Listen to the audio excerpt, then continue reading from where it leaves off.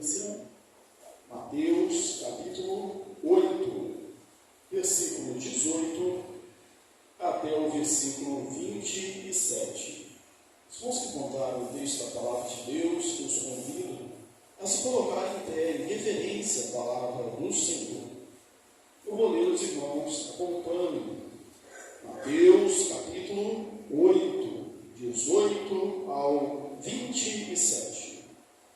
Vendo Jesus muita gente ao seu redor, ordenou que passassem para outra margem. Então, aproximando-se dele, um escriba disse-lhe: Mestre, seguir-te-ei para onde quer que fores. Mas Jesus lhe respondeu: As raposas têm seus covis, e as aves do céu ninhos, mas o Filho do Homem não tem onde reclinar a cabeça. E outro dos discípulos lhe disse: Senhor, permite-me ir primeiro sepultar meu pai. Replicou-lhe, porém, Jesus: Segue-me e deixa aos mortos o sepultar os seus próprios mortos. Então, entrando ele no barco, seus discípulos o seguiram, e eis que sobreveio no mar uma grande tempestade, de sorte que o barco era varrido pelas ondas. Entretanto, Jesus dormia. Mas os discípulos vieram acordá-lo, clamando: Senhor, salva-nos, perecemos. Perguntou-lhes então Jesus: Por que sois assim tímidos, homens de pequena fé? E levantando-se, repreendeu os ventos e o mar, e fez-se grande bonança. E maravilharam-se os homens, dizendo: Quem é este que até os ventos e o mar lhe obedecem? Amém? Assentai-vos, irmãos. Do capítulo 5 ao capítulo 7, nós vimos o sermão do monte, o sermão da montanha, a ética do reino. No capítulo 8, nós vemos o poder do reino. Jesus operando vários milagres, a purificação do leproso, a cura da sogra de Pedro, a cura do criado do centurião, e dizendo no texto muitas outras curas. E aí vem um texto sobre o discipulado, sobre a importância, as dificuldades do discipulado.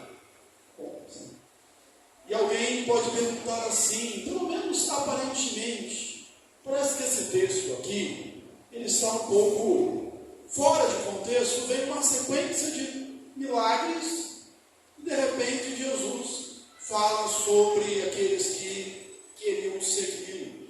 Mas só aparentemente. Esse interlúdio, essa pausa, ela está bem conectada ao último versículo que nós lemos na mensagem anterior, quando Jesus curou a muitos enfermos. Mateus, que sempre cita um texto do Antigo Testamento, uma profecia, para provar que Jesus é o Messias, ele é o Cristo. Ele citou Isaías, dizendo assim: porque ele levou sobre si as nossas dores e as nossas enfermidades carregou sobre si. Havia o servo sofredor, e embora só Jesus sofresse de maneira vicária, ou seja, sofresse por outros, sofresse por nós, o convite que ele fazia, o chamado para o ministério, o chamado para segui-lo, não era para um mar de rosas, não era para uma colônia de férias. Jesus nunca enganou aqueles que queriam segui-lo, dizendo que havia apenas flores e coisas boas no caminho. Na verdade, em outro contexto, ele disse que o mundo passais por aflições, dizendo: olha, se perseguiram a mim, vão perseguir vocês também. Não é o servo maior do que o seu Senhor? E aí ele fala da dificuldade.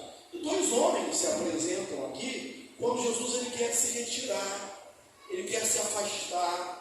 As multidões o seguiam, o comprimia, e ele, vendo-se cercado pelas multidões, por vezes, ele se afasta, ele se retira.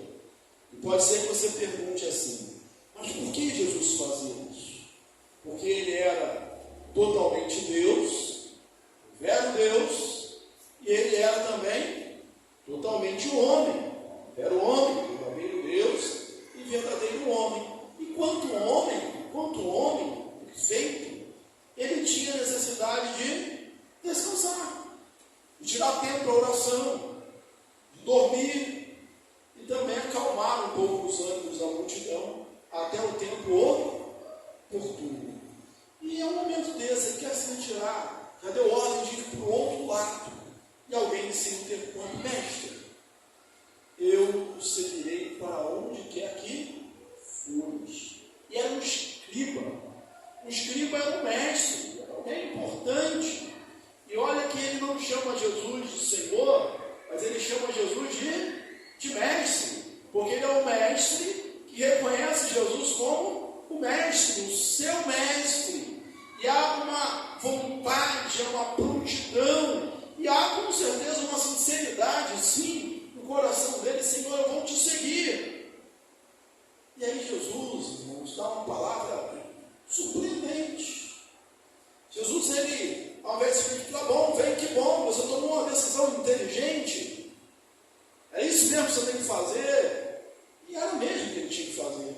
Só que Jesus diz assim: olha, as raposas têm seus covis, as aves do céu têm seus ninhos, mas o Filho do Homem não tem onde reclinar a cabeça. Eram as marcas do discipulado, eram consequências do discipulado. Quem estava dizendo por isso? As raposas eram abundantes na região, tinham suas casas, suas moradas cavadas na terra, em seus covis, cavernas, saíam à noite para caça. Mas o fato é que esses animais, até esses animais, tinha um lugar para voltar. Tinha um lugar para voltar. Como o pessoal diz hoje, tinha um lugar para chamar de seu. Tinha um lugar para voltar. Os passarinhos, ainda que o ninho seja apenas no momento da procriação, por causa dos filhotes, mas eles sempre têm também um lugar para voltar. O Filho do Homem, Jesus me deixou, não tinha onde reclinar a cabeça. Por que ele está dizendo isso? É porque alguns podiam estar afoitos, afobados, ou impressionados para segui-lo, com a motivação errada. Não é difícil querer seguir Jesus. Imagine se você, como judeu, e aparece um homem que está curando as multidões, purifica leprosos, cura à distância, apenas com a palavra do seu poder, apenas com uma palavra. Ele cura a todos que se aproximam dele, todos que são levados, as multidões o seguem. É fácil você ser empolgado pelo mundo: eu quero segui-lo também. Quantos que na época da Guerra Civil Americana, em outros contextos pode acontecer a mesma coisa, alguns jovens se alistavam assim, com a visão errada. Se alistavam por quê? Porque viam lá as propagandas dos desfiles militares, o pessoal recebendo medalha, sendo heróis nacionais, e aí é fácil: eu quero isso também. Eu quero também. Mas nenhuma propaganda mostrava o pessoal mutilado, o pessoal que morria, as mães que choravam. Mas a vida não são só os desfiles, não são só os lugares de honra. Há o momento do aperto também. Há muita glória nisso. Há muita glória. Seguir Jesus vale a pena. Vale a pena. Só que o caminho da glória passa pela pela cruz. O caminho da glória passa pela cruz. Então não pense que seguir Jesus é fácil. Não pense que seguir Jesus te livra de todos os problemas da sua vida. Mas Jesus, ele não engana, ele fala a verdade. E ainda assim, as pessoas o seguem, nós não sabemos o que aconteceu com esse homem, mas nós o seguimos também, conscientes do que a gente pode chamar aqui de um preço do discipulado, o preço de seguir a Jesus. Quer ver um texto onde ele deixa isso bem claro?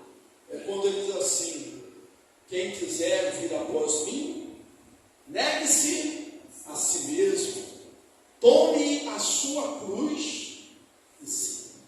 Mas a declaração desse homem é sim a declaração que nós devemos fazer em toda e qualquer circunstância. Mestre, eu vou seguir para onde quer que tu fores. É difícil a gente ver essa declaração, nós que lemos a Bíblia, e não pensar num texto muito bonito, épico, na verdade, do Antigo Testamento, que é a declaração de Ruth para Noemi. Vocês lembram? Aonde quer que fores, onde pousares, pousarei eu. O teu Deus é o meu Deus, o teu povo é o meu povo. Faça-me, Deus, o que aprouver, se outra coisa a não ser a morte me separe de ti. Sim, seguireis, mas com consciência que o discipulado tem o seu preço. E é didático que cita dois homens. Se um é pronto e aparentemente não era discípulo ainda, outro que já era discípulo, que era um dos seus discípulos, um dos discípulos, aproximou-se e disse: mestre, eu vou te seguir sim, que eu já não, vou passar para o outro lado. E aí aquele homem, esse segundo homem, que já era um discípulo, diz assim: deixa-me primeiro ir sepultar o meu pai, depois eu vou te seguir. Também um texto aparentemente, irmãos, muito duro, porque pode perguntar assim, poderíamos perguntar, por que Jesus não deixou ele rapidinho ali sepultar o pai dele e voltar? Afinal de contas, era um ato de misericórdia, era uma coisa boa a se fazer, era algo que se esperava que os judeus fizessem pelos seus. Nós precisamos de fazermos isso, devemos tratar o corpo com dignidade, mesmo depois de morto, o corpo humano, devemos fazer isso. Mas aqui é uma implicação, uma mensagem, irmãos, muito direta de Jesus, que é contra a postergação. Contra a postergação. Lembra? Ou você talvez se identifique com isso. Talvez não sepultar o pai, a mãe, mas eu digo assim, e ouça muita dizer: deixa primeiro eu passar no concurso. Deixa primeiro eu arrumar um emprego melhor. Deixa primeiro meus filhos crescerem. Deixa primeiro eu casar. Deixa primeiro eu me aposentar. Essa aposentadoria eu ouço muito lá. Quando me aposentar eu vou servir mais a Deus. Deixa primeiro eu fazer isso. E vai se postergando. A chamada, a convocação para o discipulado, ela é iminente, ela é urgente. Seguir a Jesus, é deixar tudo e realmente segui-lo. É a postura do próprio Mateus, o coletor de impostos, autor desse evangelho, escritor desse evangelho, que Jesus o chamou da coleteria. Ele estava no seu trabalho, estava coletando impostos, estava no seu posto. Jesus chamou ele, largou tudo e imediatamente o seguiu. É deixar as redes cheias de peixes, como fez Pedro e André, e depois Tiago e João, e seguir a Jesus. É prontidão. E talvez isso não fosse rapidinho. Sabe por quê? O costume oriental era, em alguns lugares era esse: o filho tem compromisso com o pai até que ele morra. Certa vez alguém falou, conversando com um jovem que tinha se formado, e falou: faz um mestrado, faz um doutorado. E ela começou a viajar para fazer isso. E ele disse assim: primeiro tem que sepultar o meu pai.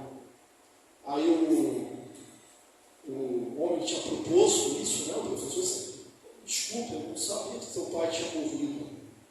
E ele respondeu assim: não, meu pai não morreu, não, pai não. Plena saúde, está forte. Mas primeiro tem querer sepultar ele. Ele vai ter que esperar morrer. E muito provavelmente, não sabe se ele já tinha morto, o pai dele tinha morrido, mas para o judeu acontecer isso.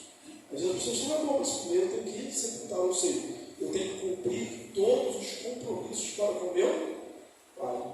Só depois seguir a Jesus.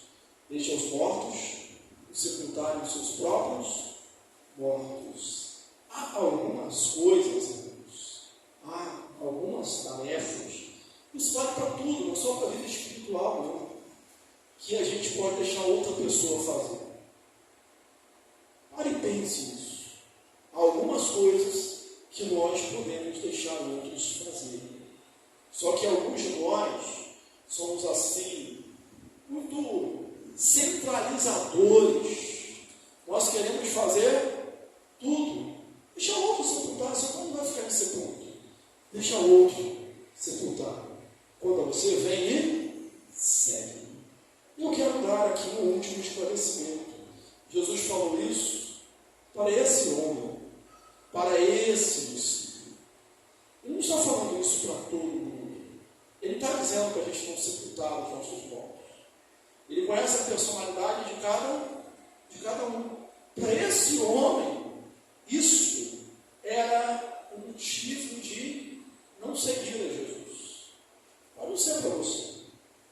Quantas e quantas vezes o sepultamento naquele tempo era diferente do nosso, era uma gritaria, era uma choradeira, porque eles contratavam, inclusive as carpineiras, era uma profissão, as pessoas eram contratadas para plantear em alto tom, havia tocadores de flauta, e nisso não havia nenhuma sinceridade. Sim, vamos sepultar os nossos mortos. Inclusive, quantas e quantas vezes no sepultamento a testemunho, a pregação, a proclamação do Evangelho, a vidas que se salvam. Aí ele entra no outro milagre, um grande milagre. Esse incidente aqui está localizado quando Jesus fala assim, vamos passar para outra margem. E agora eles entram no barco. E vem uma grande tempestade. Irmãos, as tempestades, eu costumo dizer que tem 4 I. É só para eu gravar aqui, eu tentar lembrar desses pontos. O primeiro é que elas são inesperadas. Elas são inesperadas. Eles entraram no barco, o mar estava calmo, porque se estivesse no meio da tempestade, eles não entrariam. Não havia sinais de tempestades, não havia tempestade à vista. Eles entraram no barco, e só depois da tempestade enfim. Nós não temos muita dificuldade com as nossas ações, e sim com as nossas reações, tanto positivas quanto negativas. Com relação à palavra, a gente não sai agredindo as pessoas intencionalmente. Normalmente as nossas palavras mais ácidas, elas vêm quando? Quando nós reagimos a uma provocação. E normalmente essas provocações são inesperadas, de repente. Então, negativamente. E em algumas situações, que a gente tem que tomar alguma atitude, ou ter uma declaração de fé forte, a gente não teve tempo de pensar. Aquilo foi inesperado. As tempestades da vida, nada obstante essa tempestade ter sido uma tempestade física, no Mar da Galileia, também chamado Lago de Nazaré, Tiberíades, o Mar de Tiberíades, ela ocorreu de forma real, mas simboliza as nossas próprias tempestades, os nossos próprios temores, as nossas próprias lutas.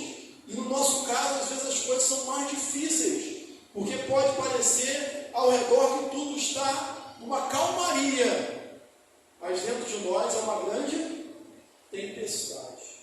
E tem aquelas circunstâncias, talvez você já tenha dito isso no ouvido, diz assim, mas está assim? Nem eu sei. Nem eu sei como estou assim. Eu sei. Eu sou uma agitação, uma inquietação, uma ansiedade, um temor por dentro da gente. Elas vêm sobre todos. Elas são inexperadas. Elas também são inadiáveis. Elas acontecem. Elas são democráticas. Elas vêm sobre todos. Sobre bons e maus. Sobre justos e injustos. Sobre gente que está fazendo bem e gente que está fazendo mal. Sobre gente que tem cultura e gente que não tem cultura. Sobre rico e quem não é rico. Elas vêm sobre todos. Elas vêm sobre todos. O terceiro livro é que elas são inadministráveis. Eles eram pescadores. Eles eram homens do mar. E certamente eles tentaram de tudo para manter o barco ali flutuando, para manter a situação sob controle. Afinal de contas, eles eram os profissionais. Deixa o profissional resolver, deixa que o profissional sabe fazer. Eles eram os profissionais. Jesus era um carpinteiro. Jesus não era um homem do mar. Então eles tentaram administrar a situação. Só que eles não conseguiram. Eles não conseguiram. A tempestade da nossa vida, irmãos, há situações que a gente até tenta administrar. A gente tenta ser forte. A gente tenta resolver. A gente tenta ser proativo e dar o nosso jeito. Fazer procurar a solução. E tratando de nós, tentamos dar até o jeitinho brasileiro. Mas tem tempestades, não tem jeito. Eles são inadministráveis. E aí eles chamam Jesus. Eles clamam por Jesus. Eles vão acordar Jesus. Jesus estava dormindo na polpa sobre um travesseiro. Spurgeon disse que o grito, o clamor dos discípulos incomodaram Jesus mais do que a tempestade. E ele disse isso porque a tempestade não conseguiu acordar Jesus.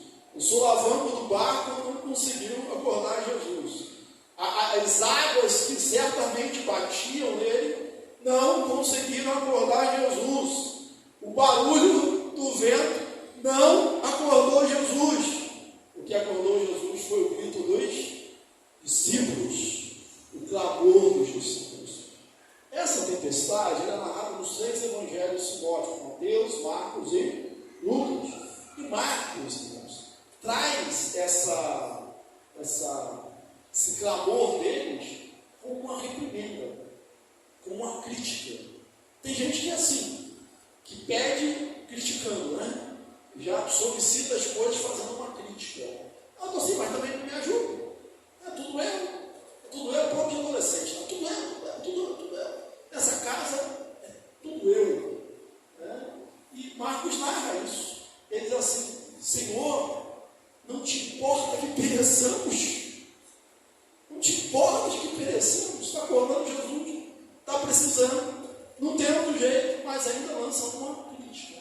O texto de Mateus apresenta Jesus falando com os discípulos de outra maneira, Senhor, salva-nos, perecemos. E aí alguém pode falar assim, mas qual o evangelho está certo? Todos são certos. Cada um narrou com a sua ótica, com o que entendeu. E você imagina que cada um pode ter entendido de uma visão diferente, uma ótica diferente, mesmo porque havia um barulho, havia uma tempestade, havia muita adrenalina, porque havia medo. Eles chamam Jesus. E aí uma diferença também nos evangelhos. Marcos e Lucas dizem que Jesus deu uma repreensão aos discípulos, deu uma lição aos discípulos, depois que ele acalmou a tempestade. Eu dei a ordem para o vento, emudece, tratando o vento, Marcos e Lucas como uma personalidade, emudece, a vez que ele não expulsou do demônio, ele tratou, cala-te, emudece, uma forma de falar, uma figura de linguagem. O vento no mar. E aí depois ele chama os homens, os seus discípulos de homens de pequena fé, que não confiavam. E aí até você fica assim, poxa, esse método aqui é melhor, porque primeiro acalmou a situação e depois ensinou. E Mateus não. Ele acorda. E assim, antes de repreender o vento, antes de acalmar uma tempestade, por que vocês são assim tímidos, homens pequenos? E aí Spurgeon, ele tem uma visão sobre esse texto, um ensino sobre esse texto, diz assim, por que Jesus falou assim em Mateus? É porque era mais fácil, isso era uma visão do Spurgeon, era mais fácil tratar com o mar e com o vento, acabar com a agitação do mar e com o vento, do que tratar com os discípulos. E parece que isso é verdade mesmo. É mais fácil, às vezes, tratar com outras coisas do que tratar com os nossos próprios temores, tratar com o ser humano. O vento se acalmou, fez-se grande bonança, e logo eles estavam do outro lado. Mas o quarto hino aqui é que a tempestade ela é instrutiva. Pelo menos essa tempestade foi instrutiva. As nossas provas são instrutivas. Alguém já disse que Deus não desperdiça o sofrimento, as lágrimas do seu povo. Nós aprendemos. O texto também nos ensina alguma coisa, os discípulos ensinaram algumas coisas. A primeira que eu quero destacar aqui, irmãos, é que mesmo como Jesus no barco, mesmo como Jesus na vida, mesmo a gente fazendo a vontade de Deus, que eles estavam fazendo a vontade de Deus. Eles não estavam ali no barco como Jonas. Você lembra da história de Jonas? Jonas, Deus mandou ele para uma direção e ele foi para outra. Ele estava em desacordo, desarmonia com a vontade de Deus. E aí veio uma grande tempestade. Você sabe o final da história, jogaram ele no mar, ele foi engolido por um grande peixe. Teve 3 dias, 3 noites ali, depois foi lançado na praia de Nínive, onde ele deveria ter ido. Mas eles entendem, Jonas estava indo contra a vontade de Deus. Não, os discípulos entraram no barco, porque Jesus mandou. Eles estavam em obediência. A prontidão deles era aquela que, olha, eu vou te seguir para onde quer que fores. Talvez, inclusive, esse discípulo aqui que ficou em dúvida se sepultar o pai ou não, entrou no barco também. Só estou obedecendo. E agora eu vou morrer.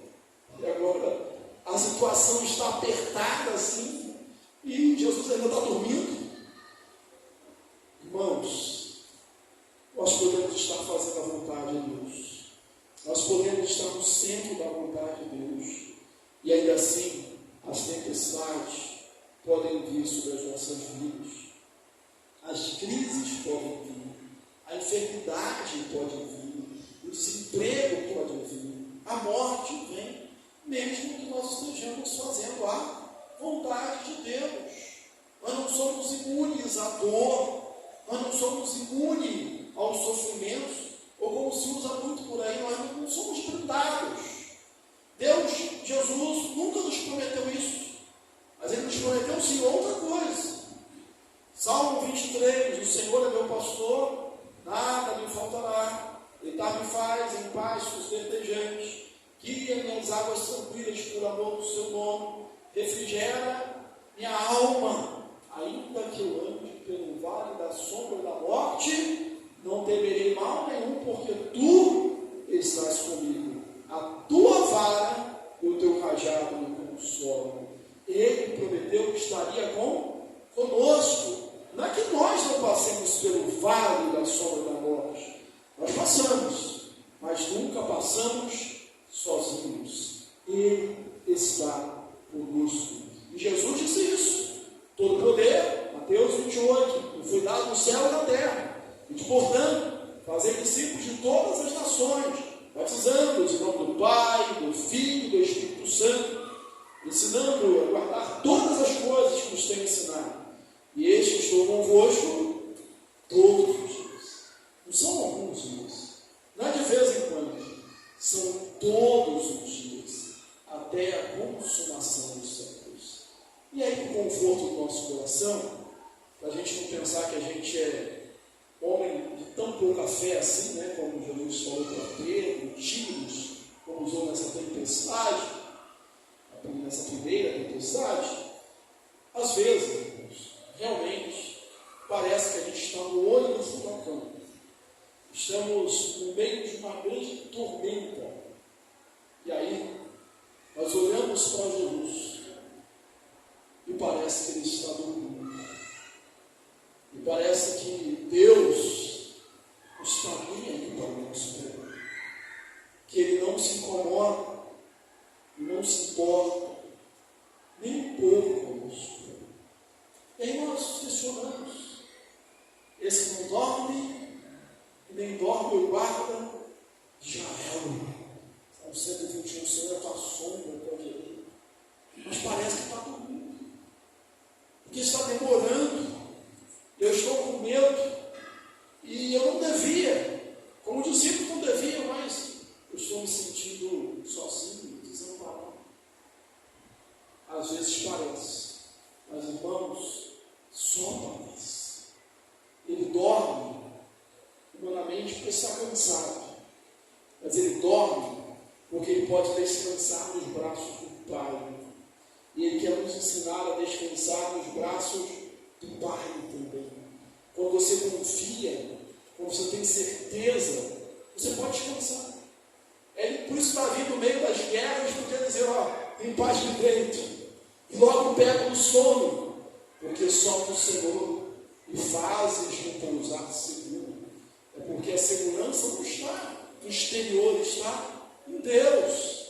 Lembrei-me de uma história, já contada há muitos anos, talvez você já tenha ouvido, de um mar, uma tempestade, navio, e as pessoas correndo, botando colete, pegando esporte, salva-vidas, um desespero só. E um homem naquela correria, ele parou e viu uma menina sentada ali no canto, brincando com a sua boneca, tranquila, como se nada tivesse acontecendo. E a pessoa parou e disse, olha, você não vai correr também, não está vendo? Então, no meio da grande tempestade, o barco pode afundar. E a menininha olhou para ele e respondeu assim, meu pai é o capitão. Meu pai é o capitão. Meu pai que está lá. É por isso que eu estou aqui, brincando, que meu pai é o capitão. Só parece, irmãos, que ele não está se importando. Ele tem cuidado de nós. E o milagre, assim, quando ele se levantou, ele ensinou os discípulos, repreendeu o mar, a tempestade, as ondas, e o mar se aquietou e chegaram salvos do outro lado. Irmãos, quem pode fazer isso? Isso era a prova de que Jesus era Deus. Aliás, eu esqueci de dizer, essa é a primeira vez em Mateus que aparece a expressão filho do homem, que em alguns contextos pode ser apenas um homem, como o paralelismo dos salmos, quem é o homem que dele te lembres, ou o filho do homem que dele te importe. Ali, o filho do homem é apenas um homem. São sinônimos. Mas quando Jesus usa, a maioria das vezes que aparece na Bíblia, o filho do homem é um homem especial, um homem diferente.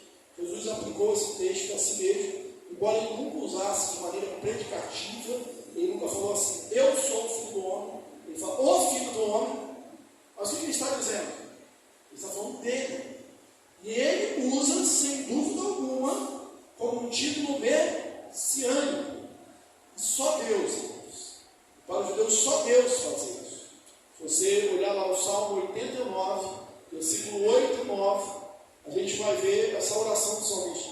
Ó Senhor, Deus dos exércitos, quem é poderoso como Tu és, cercado da Tua justiça e da Tua fidelidade. Dominas a fúria do mar, quando as ondas se levantam, Tu as amanhas, Tu as aquieta. Quem faz isso? Deus. Aí Jesus faz isso. E eles ficam perplexos. Eles ficam atônitos. Eles ficam estupefatos. Eles ficam admirados. E eles dizem, mesmo tendo visto tantos e tantos milagres, andando tanto tempo com Jesus, quem é este? Que até o mar e o vento ouvem a sua voz Você pode responder: quem é esse, Deus? Esse é o que purifica os leprosos. Esse é que cura, levanta os paralíticos. Esse é que faz surdo ouvir. Esse é o que faz cego de nascença enxergar. Esse é o que ressuscita mortos. Esse é o Cordeiro de Deus que tira o pecado do mundo. Esse é aquele profetizado pelos profetas. Esse é aquele que a Bíblia fala. Esse é o Cordeiro de Deus. Esse é o Deus encarnado. Esse é Jesus que veio, que morreu, que sofreu pelos nossos pecados, mas que venceu a morte, ressuscitou, está assentado à direita de Deus Pai. Ora por você, intercede por você, clama por você, pela sua vida. E de lá Ele vai vir para te buscar. Lembramos aqui na ceia: esse é Jesus, esse é Jesus. Ele está bem perto de você. Não duvide do amor de Deus. Não pense que você está sozinho no meio das suas tempestades. Não pense que Ele não se importa com você. Ele se importa. E basta apenas uma palavra. Quem faz barulho é o vento. Quem faz barulho é o mar. Quem grita são os discípulos. Jesus só fala, só ordena, e o mar e a tempestade cessam. Este